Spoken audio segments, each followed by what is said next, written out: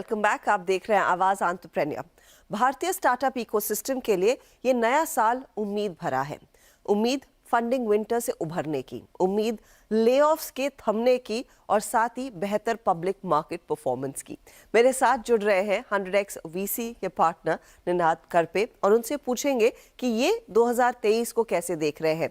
100x VC याद रखिएगा एक अर्ली स्टेज फंड है जो एक बहुत ही यूनिक अप्रोच रखता है जिसे ये लोग कहते हैं फाउंडर फ्रेंडली इंडिया सेफ।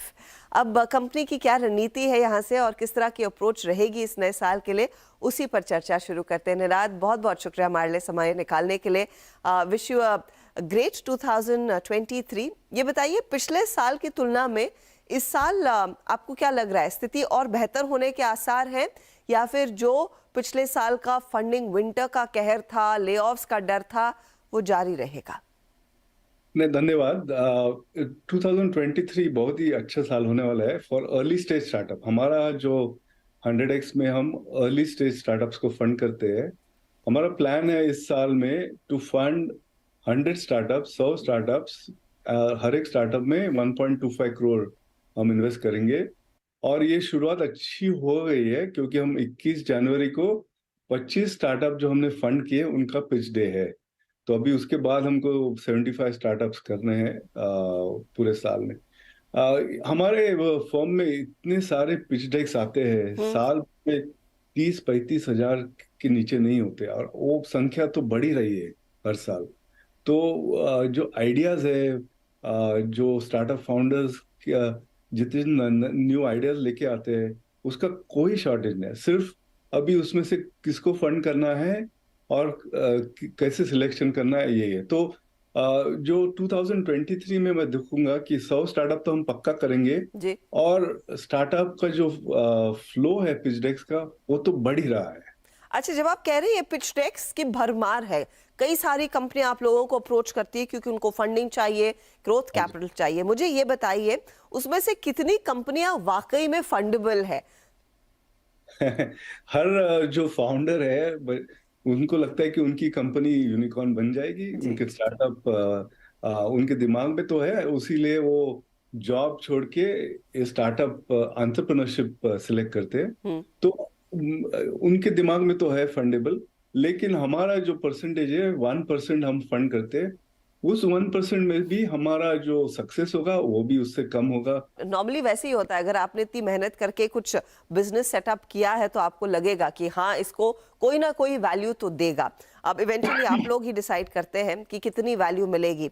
आप लोगों की जो अप्रोच है ये अगर हमें समझा सके और ये कितनी क्रूशल रहेगी स्पेशली जब हम इस नए साल में उतर रहे हैं, founder friendly and India safe, इसका मतलब क्या है और ये इस साल क्यों स्पेशल रहेगा, ये तरकीब से जो आप इन्वेस्टमेंट करते हैं? तो मैं सिंपल वर्ड्स में कहूंगा, आईसेफ नोट जो है वो टेक्निकल है लेकिन बहुत ही फाउंडर फ्रेंडली है। सिंपल डॉक्यूमेंट है। शेयर होल्डर्स अग्रीमेंट करने के लिए 2-4 महीने जाते हैं, लॉयर्स को एंगेज करना पड़ता है। आईसेफ नोट हमारे वेबसाइट पे है, सिंपल डॉक्यूमेंट है, उसमें कोई हम बोर्ड सीट भी नहीं लेते। तो वो सिंपल डॉक्यूमेंट है और इजीली साइन हो जाता है। हमने अब तक 125 स्टार्टअप्स किए। कपल ऑफ स्टार्टअप्स का ऐसे भी हो गया कि सुबह हमने पिच देख लिया, उनको पसंद आया, उनके टर्म्स एक्सेप्ट हो गए और शाम को साइन कर लिया। ये नहीं हो सकता ट्रेडिशनल जो मॉडल है जहाँ पे शेयर होल्डर एग्रीमेंट का हर एक क्लॉज पे डिस्कशन। इसके लिए हम फाउंडर फ्रेंडली है। तो ऐसा क्यों है कि आप लोगों को इतना समय नहीं लगता उन बिजनेसेस को, शायद शेयर होल्डर एग्रीमेंट को इतने डिटेल में पढ़ने के लिए, और दूसरी कंपनियां पढ़ रही हैं? And why did you think कि बहुत सिंप्लीफाई करना चाहिए इस प्रोसेस को एंड परहैप्स वो मनी ट्रांसफर को भी? क्योंकि ये अर्ली स्टेज में हर एक फाउंडर का जो मोमेंटम होता है, उनको फंडिंग अगर इमीडिएटली नहीं मिला, उनका अगर एक्शन शुरू नहीं हुआ तो कंपनी तो डेड हो जाती है। और फंडिंग में आपको 6 महीने लगे, 2 साल लग गए, तो आइडिया तो खत्म हो जाती है। तो हम जो है क्विक फाउंडर फ्रेंडली एग्रीमेंट करके इमीडिएटली आइडिया को स्केल कर सकते हैं। Okay, that's interesting to hear. Ninad ji, फिर अगर आप हमें समझा सकें इस समय किस तरह के स्टार्टअप्स को आप लार्जली फंड कर रहे हैं? क्योंकि आपने कहा एक बहुत लंबी चौड़ी लिस्ट है, I am sure you will keep meeting many founders and many entrepreneurs over the next year. Uniqueness क्या है इस साल में, किस तरह के इंटरेस्टिंग आइडियाज इस समय सामने निकल कर आ रहे हैं? अभी दो चार चीजें हैं। एक तो इंडिया में तो इतना बड़ा पूल है डेवलपर्स का। तो वेब टू में हम इंडिया में इतने सारे स्टार्टअप्स नहीं हुए, ज्यादातर यूएस और बाकी देशों में हुए। लेकिन हमारी एक बड़ी अपॉर्चुनिटी है वेब थ्री में, और हम भी देख रहे हैं कि वेब थ्री के बहुत सारे स्टार्टअप्स आ रहे हैं। अभी फॉर एग्जांपल 21 जनवरी को हमारा पिच डे है, जी। जहाँ पे हम 25 स्टार्टअप को शोकेस कर रहे हैं। उसमें से 4 वेब थ्री के हैं। तो वेब थ्री एक हो गया, और टेक्नोलॉजी की तरफ से। दूसरे D to C, direct to consumer startup भी काफी आ रहे हैं आजकल। कंज्यूमर स्पेंड तो बढ़ गया है। कोविड के बाद काफी लोगों का स्पेंडिंग पैटर्न चेंज हुआ रहा है। और लोगों को ऑप्शंस चाहिए, लग्जरी प्रोडक्ट चाहिए, सेमी लग्जरी। तो डी टू सी एक काफी हम प्रोडक्ट्स देख रहे हैं डी टू सी में। हमारा तो ऑप्टिमिज्म काफी है एग्रीटेक में, लेकिन हम उतने सारे नहीं देख रहे। जी।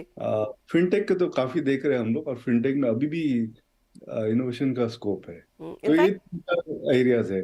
एक चीज हमने देखी थी कि जो भी स्टार्टअप्स स्पेशली पिछले 10 सालों में उभर कर आए हैं, जो पोस्टर बॉयज हैं आज के, या तो ये किसी बैंक से निकले हैं, या तो किसी एमएनसी से निकले हैं, या किसी कंसल्टिंग फर्म से निकले हैं।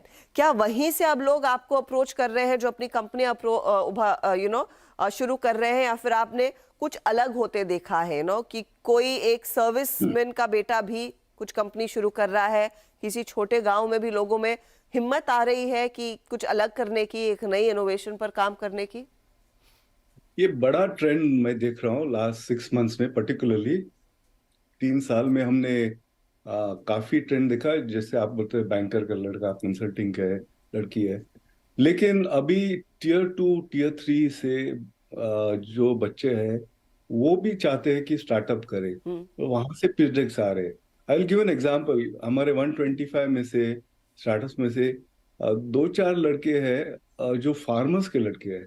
एक तो उसके पिताजी तो उनके विलेज में ब्रिक लेइंग करते हैं। अभी 10 साल पहले आप देखो, इवन 5 years बैक, कोई विदाउट कैपिटल इस बैकग्राउंड से आया तो उनको पैसा ही नहीं मिलता था। ये मैं हैव एस्पिरेशन कि एंटरप्रेन्योर बने, लेकिन चांस ही नहीं था कि वो एंटरप्रेन्योर बने। मेरा एक इंग्लिश में है फेमस, मैं काफी बार बोलता हूँ, capital is chasing ideas. Right. और इस सिचुएशन में अगर आपके पास अच्छी आइडिया है तो कैपिटल मिल जाएगा। और ये टीयर 2 टीयर 3 का जो हमने 35,000 पिच डेक देखते हैं, मुझे तो लग रहा है 2023 में पहली संख्या तो हार्डली 5-10% थी 2 साल। मेरे हिसाब से आई थिंक इस साल 25 से 30% will come from tier 2 tier 3, from people who do not have any means. अभी एग्रीटेक का देखिए, जैसे भी टीयर 2 टीयर 3 से पिच डेक्स आते हैं, आइडियाज आते हैं, तो उनका तो कनेक्शन एग्रीकल्चर से है, तो आइडियाज भी उसी तरह से एग्रीटेक से आ जाएंगे। तो यूनिकनेस रहेगी। और मिडिल इंडिया की खासियत यही है कि अलग अलग आइडियाज और जमीन से जुड़ी हुई आइडियाज जिसका ज्यादा इम्पैक्ट होता है उस पर काम करना। अच्छा, आप काफी एक्साइटेड है 2023 को लेकर, इट्स वेरी एविडेंट। जी क्या इसके पीछे ये वजह है कि पिछले साल जहां पर कंपनियां फंड्स नहीं रेज कर पाई, वेंचर कैपिटलिस्ट ने अच्छा खासा पैसा बटोर लिया, and now you have that dry powder to go out and invest? Is that a key reason also? So there are 2-3 reasons. Dry powder तो है ही।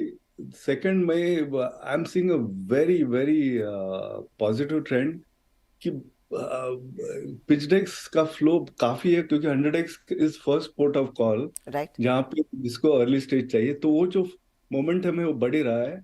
मैंने पहले भी कहा था टीयर 2 टीयर 3 से बच्चे आ रहे हैं टू पिच। और थर्ड इज कंज्यूमर डिमांड तो बढ़ ही रहा है। तो कंज्यूमर डिमांड अगर बढ़ रहा है तो उसको इनोवेटिव आइडियाज के लिए स्टार्टअप्स है। तो ये 3-4 रीजन के लिए मैं काफी ऑप्टिमिस्टिक हूँ 2023। नाथ से एक चीज हुई थी पिछले साल, और हम सब जानते हैं क्या हुआ।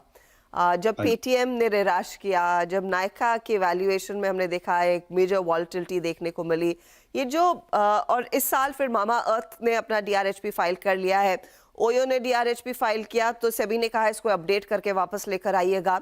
अब ये जो कंपनियां इस पब्लिक मार्केट में उतरने के लिए आएंगी, उनके लिए क्या कुछ खास सलाह है आपको? How not to repeat the mistakes of what Paytm, Nykaa and the others have done perhaps? देखिए, सेबी ने एक बड़ा हिस्टोरिक डिसीजन ले लिया जहां से हम ये जो स्टार्टअप्स है which are making losses, they can also do an IPO. जी। That was a big big decision, very very good for the industry. लेकिन ये जो आप बता रहे हैं, इट्स थोड़ा I would say discovery process. Neither the startups nor जो इंटरमीडियरीज नॉर द पीपल, अभी एक गोल्डन मीन जैसे कहते हैं वो आ जाएगा। Startups want a particular valuation. जो इन्वेस्टर है रिटेल, उसको भी लगता है कि अरे स्टार्टअप स्टोरी होनी चाहिए मेरे पोर्टफोलियो में। और ये जो वैल्यूएशन है वो कहीं ना कहीं सेटल हो जाएगा over a period of time. But I would से कि ये जो स्टार्टअप्स को अलाउ किया है आईपीओ करने, बहुत ही अच्छा मूव है। और जो इन्वेस्टर्स, उनका वैल्यूएशन कैसे स्टार्टअप्स को वैल्यू करना है, वो भी over a period of time it will all settle down. And let's hope कि 2023 में ज़्यादा एक्सीडेंट्स ना हो और ज़्यादा सक्सेस रेट हो पब्लिक प्लेटफॉर्म पर स्पेशली। बहुत बहुत शुक्रिया हमारे लिए समय निकालने के लिए and wish you very happy new year and all the very best for this year. Thank you, धन्यवाद मुझे बुलाने के लिए, थैंक यू। इसी के साथ आवाज एंटरप्रेन्योर में इस हफ्ते इतना ही। आपको हमारा शो कैसा लगा, इसका फीडबैक आप हमें जरूर दें। ट्विटर और फेसबुक पर हम हाजिर होंगे। अगले हफ्ते फिर मुलाकात होगी। Goodbye, take care.